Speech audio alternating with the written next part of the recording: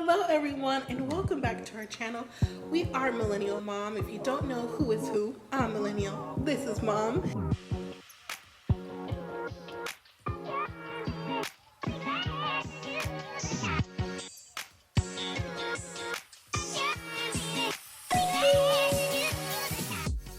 Hello everyone and welcome back to our channel. If you're new here, I'm Mom or Kay from Millennial and Mom. I'm taking it solo today for tonight's episode of Married at First Sight San Diego, Season 15, Episode 15, Are You My Person? All right, before I begin, don't forget to subscribe, like, share, leave your comments, and don't forget about the membership in the description box below.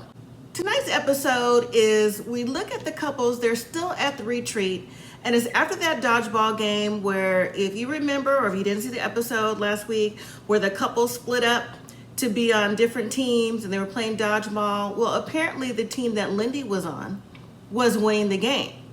And she was cheering loud for her team, and Miguel was the last person on his team, and he was upset, like, why are you cheering for your team? Like, you should be rooting me on, I'm your husband. They're talking around in groups with each other and talking about how Miguel wishes how things were different. He realizes things went wrong while he's having the conversation. Like, maybe he didn't hear Lindy out. And Lindy is saying that, she feels disrespected. She doesn't feel heard. And, she doesn't want to rock the boat when it comes to Miguel. Now, in my opinion, Miguel took this a little bit too far. It's okay to, have emotions while you're playing the game. Yeah, your team wants to win, but why would you take that out on Lindy? Like, she's not directly going against you, and how is that wrong for her to show emotions during a game? So then Miguel is saying, yes, he has to compromise when it comes to talking and have communication. And then Alexis pipes up, she said, well, that's something that me and Justin have to learn. They have to figure out how to compromise, but they keep fighting through things. And then Nate says, being married and in this process, it takes teamwork. You have to bend and cooperate with each other, to come on the same page. And you know what? Nate has become the voice of reason, like Nate for the men and Kristen for the ladies. So now there's some quick scenes in the car as all the couples are finally going home, and we see Nate and Stasha. They talk about the retreat went well for them and not necessarily for the others. And then Kristen and Mitch are talking about what happened with Lindy and Miguel. And Kristen says she was sad that they had to go through it. And I think Kristen has some empathy because, she's gone through ups and downs with Mitch. And then we have Alexis and Justin. Alexis is saying how she's jealous of how Nate and Stasha, they brought their little kinky stuff on the trip. She's like, well, how come we can't do that? Like, we should be doing that too. And Justin says, well, you know what? Justin said he's not opposed to doing that, and maybe they'll give it a try. Or he'll work up to it when they get home. So moving to Kristen and Mitch, they're at home and they're talking about the favorite parts of the weekend. And Mitch says the favorite part for him was just being with her. He also says he hopes that the retreat gave Kristen time to extinguish the flames of what she's been feeling. Because, Kristen has been, back and forth because she's not sure how Mitch is feeling or really feels about her. Because remember, Mitch was asking tea from Kristen's sister, and he's just kind of been back and forth as well when it comes to should he be around, should he not. His conservative environmental thing also plays a part in it, and Kristen feels like she's walking on eggshells. So they have a lot of things to work out. And then we learn that Mitch is going away for a conference, and Mitch says, well, this will be a good chance for us to see pretty much if we miss each other or not. He's going to be gone for a few days, and he's hoping, like, what's the saying? Your heart grows fonder, or when you miss someone, your heart grows fonder, or whatever the saying goes. But Kristen is a little afraid about Mitch leaving because she says she's concerned about Mitch slipping back into the old Mitch or the single Mitch, not knowing how he's going to react or be around his friends or just being away from her because it's been a short amount of time. And so we move back to Lindy and Miguel. Lindy says she's so happy the retreat is over. She says she hated it. And Miguel said he loves her. And even though that he does, he's questioning how their relationship will work. He says it's scary because he's afraid, like, if the relationship doesn't work out. Lindy says, well, you know what? It's all about the fundamentals of love. She said for her, divorce isn't an option, and says that when he talks that way, she feels rejected. Now, again, Miguel, and there's a lot of Lindy and Miguel in this whole entire episode. Miguel says he realizes marriage takes work, But, he doesn't want to have to deal with any hiccups in a marriage. And Lindy's explaining the point, like, there's going to be hiccups in marriage. There's going to be things that come along. You have to work through them. Like, why would you jump ship for the little things that come about? Because if you jump things for the little things, what are you going to do with the big things? And she says, I'm always asking him for grace. But she's questioning also if Miguel is going to be around. And here's my thing with that, in my opinion. Miguel has been talking about, and we've mentioned it before in our videos, we go back at least a month, how he's not sure about the 8-week process. Will they make it to the end? And the reasons why. That checklist that Miguel has, I think he has a checklist, whether it be for good things or bad things. And I think the closer that it gets, he's afraid to have a commitment or so at things, or maybe just a commitment with Lindy, because I think he's afraid of her lashing out. He doesn't like the way they communicate. He doesn't like the fact that she says she hadn't reached her level of being crazy yet, like he hasn't seen nothing yet. Remember, she said if he thinks this is crazy, buckle up.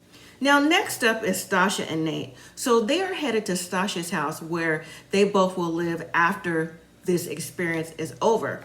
And as soon as Stasha and Nate walk in, Nate is looking around like, oh, this is nice. Stasha does have a nice house. She really does. And it doesn't look like anyone lives there. It's very clean, which it should be. And it just like, the aesthetic looks like it's just a model home with just no real personality. But then again, we didn't see the entire house. I mean, they didn't show like room to room. We saw the kitchen. We saw the bathroom. We saw them going up the stairs. Nate's looking around. He's imagined himself there. And when they're in the kitchen, he's like, oh, it's really nice. Then Stasha says, well, I don't have no dirty dishes in the sink. She says, I am OCD about that. He's like, what's wrong with that? She goes, no. You have to keep your dishes clean. I've been to your place. I've seen how you kept things, and I don't do that over here. It says he's concerned about the safety of the house. And Stasha says, what do you mean? He says, the safety of the house when we have kids, because everything's so white and so clean. Like, what are you going to do if they start writing on the wall and stuff like that?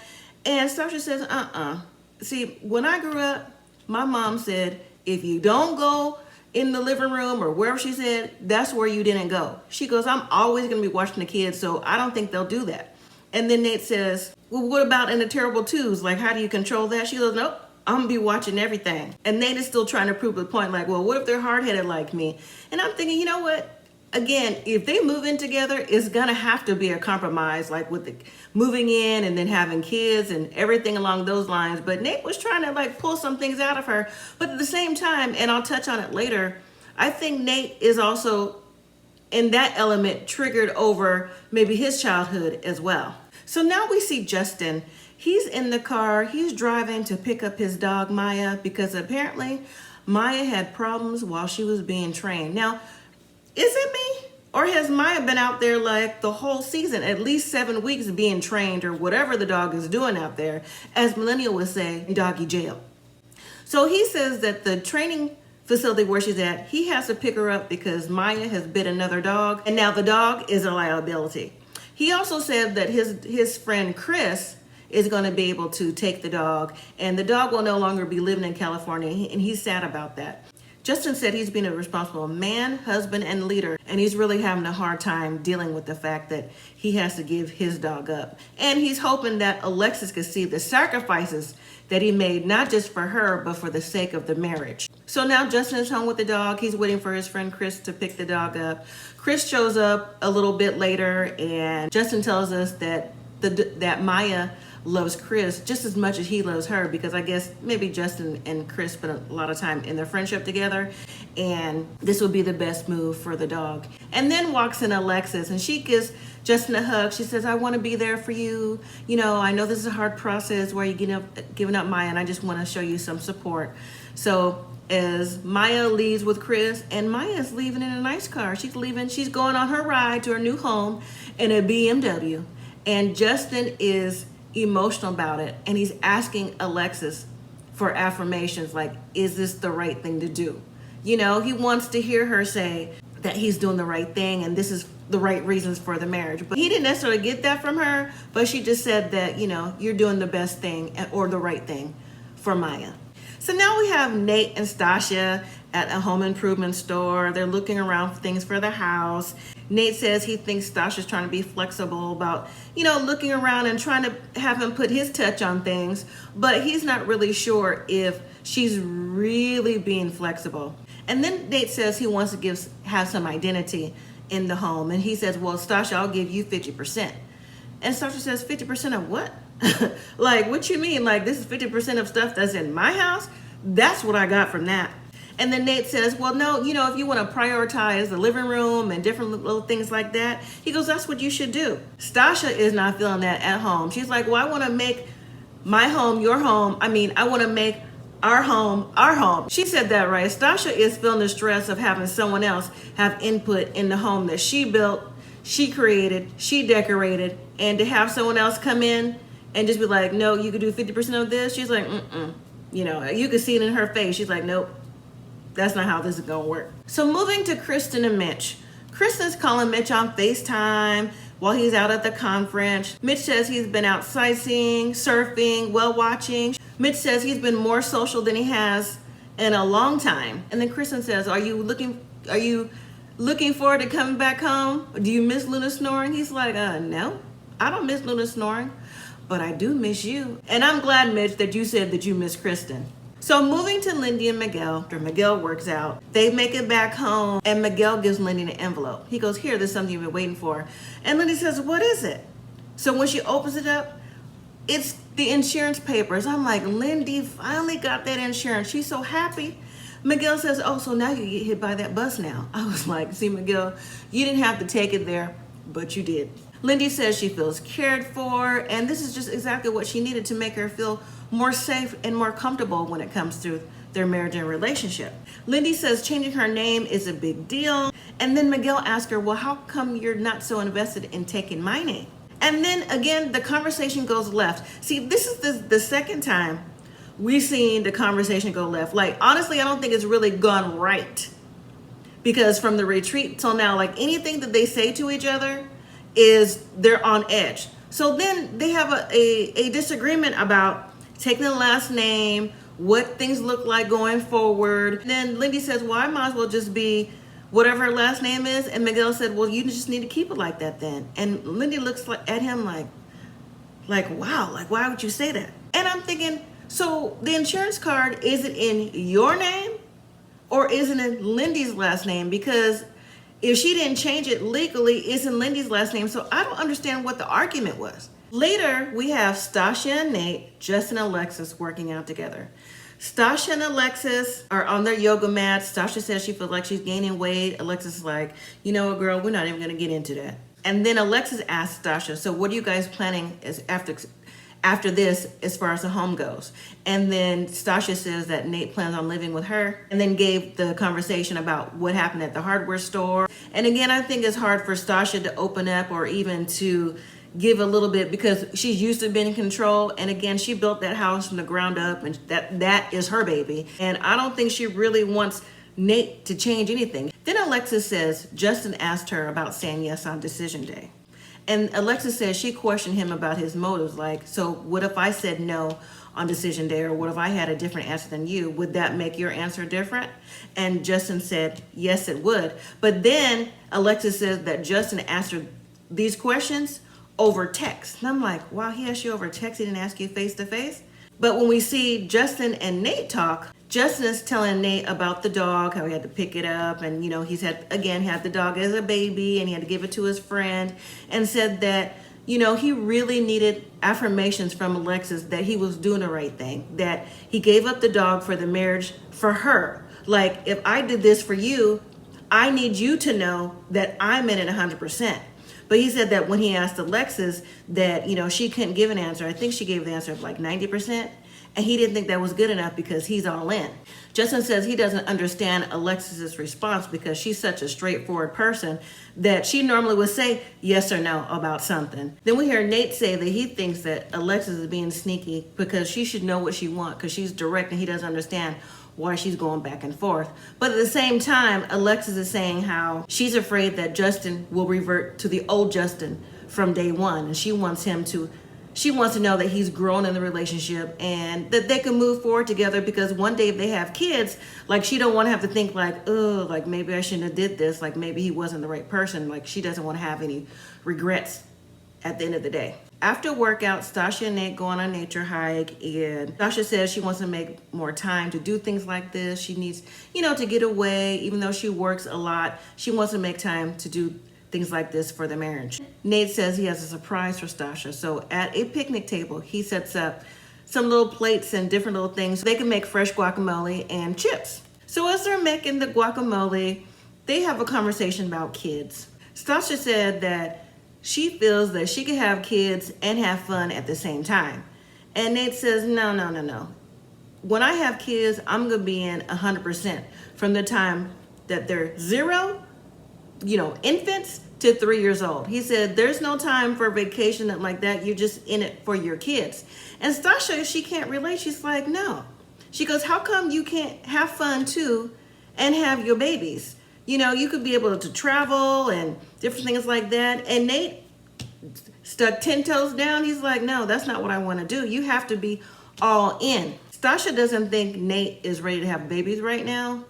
And Nate does say he's nervous, but I think Nate's nervousness and things about babies and raising babies and being full-time dad comes from him not having his mom in his life and him having a type of, in my opinion, PTSD.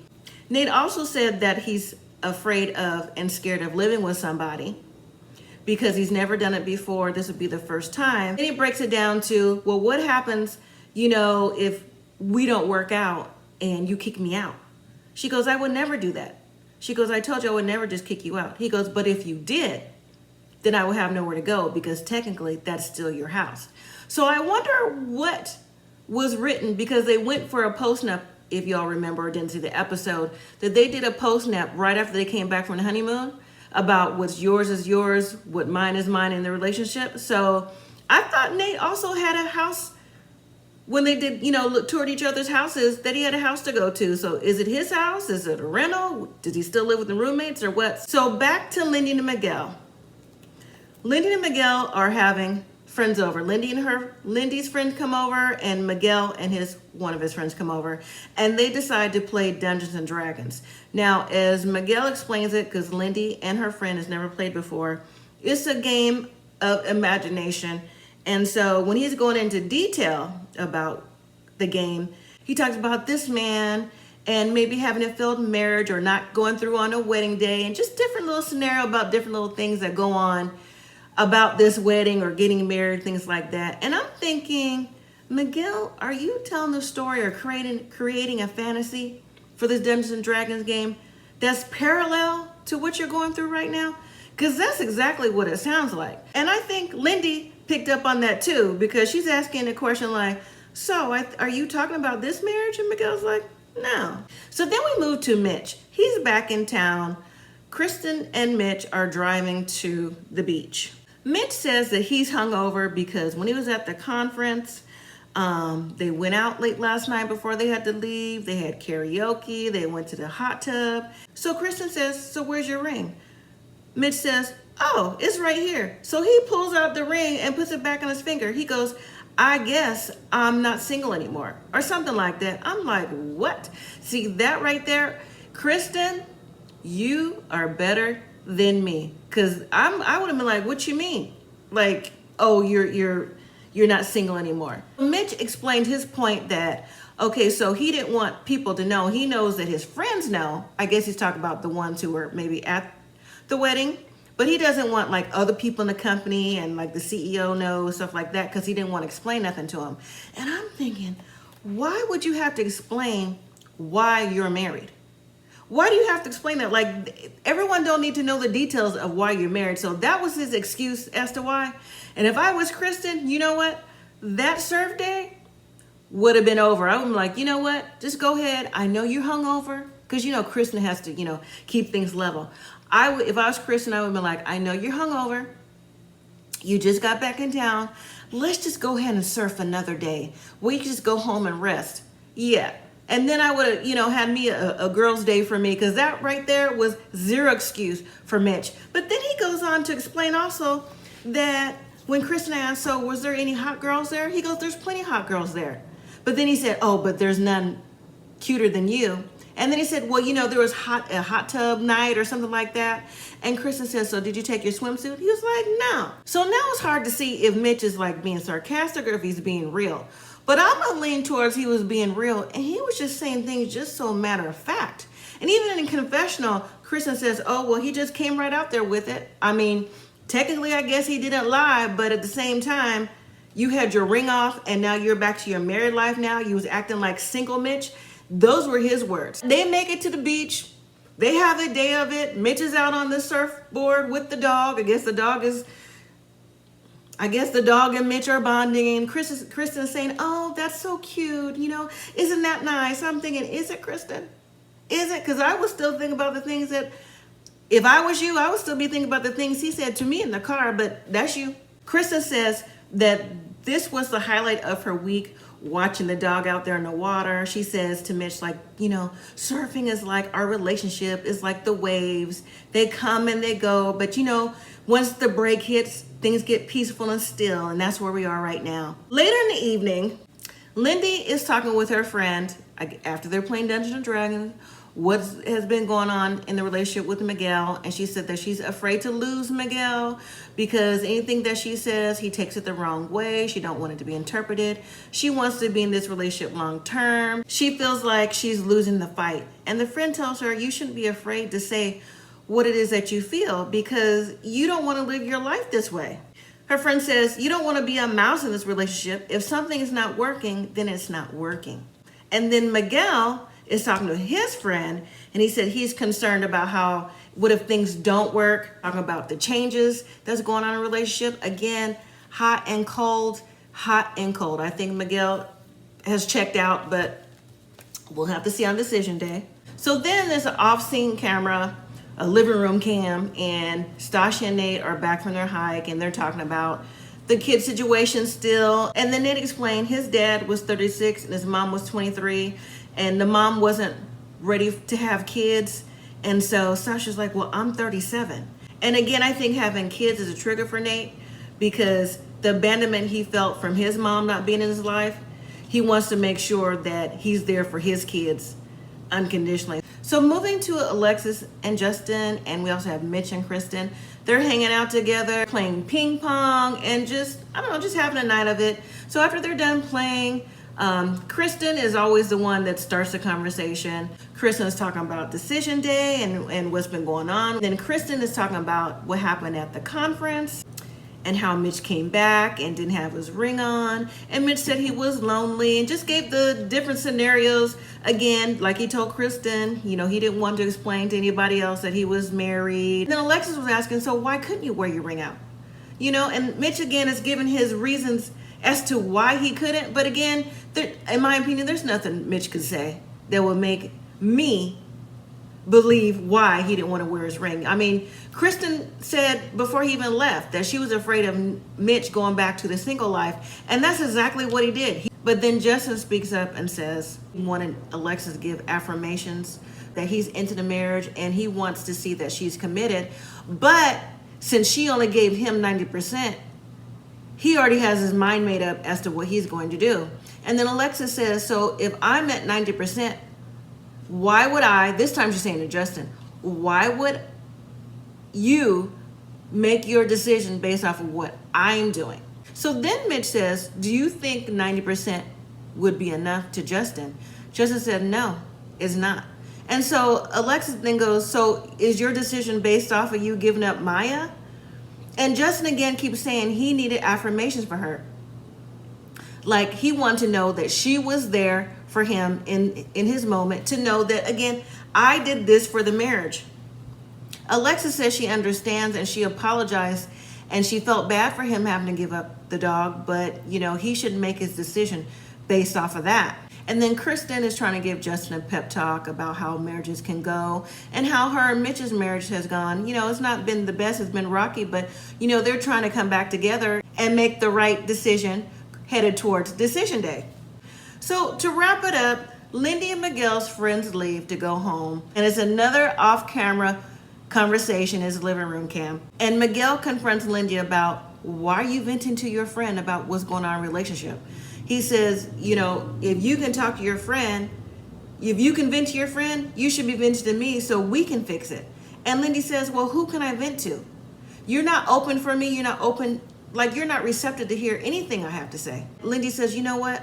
Why do you keep saying that about me? I always feel like I'm the villain when it comes to you. And Miguel might as well just say, it is what it is, because Miguel goes on to say that, this is a two-faced relationship. I'm thinking a two-faced relationship, like two-faced from who? Lindy or two-faced from you? Because Lindy has expressed herself to you from the retreat weekend till now, and all you've done, it seems like, is shut her down. But that was the end of the episode. To me, it didn't really give too much. It was a lot of really back and forth to see where they would be headed for decision day. But I think the couples honestly said these things anyways. Like, I personally didn't learn anything new or different from them. So now next week is a filler episode about other relationships from Married at First Sight, doing a catch up or whatever it is. So in 2 weeks, it will be decision day. So we will definitely be here for that. All right, everyone. Thank you so much for watching. Don't forget to like, comment, subscribe, and share. And don't forget about that membership in the description box below. And until next time, live simply, be grateful.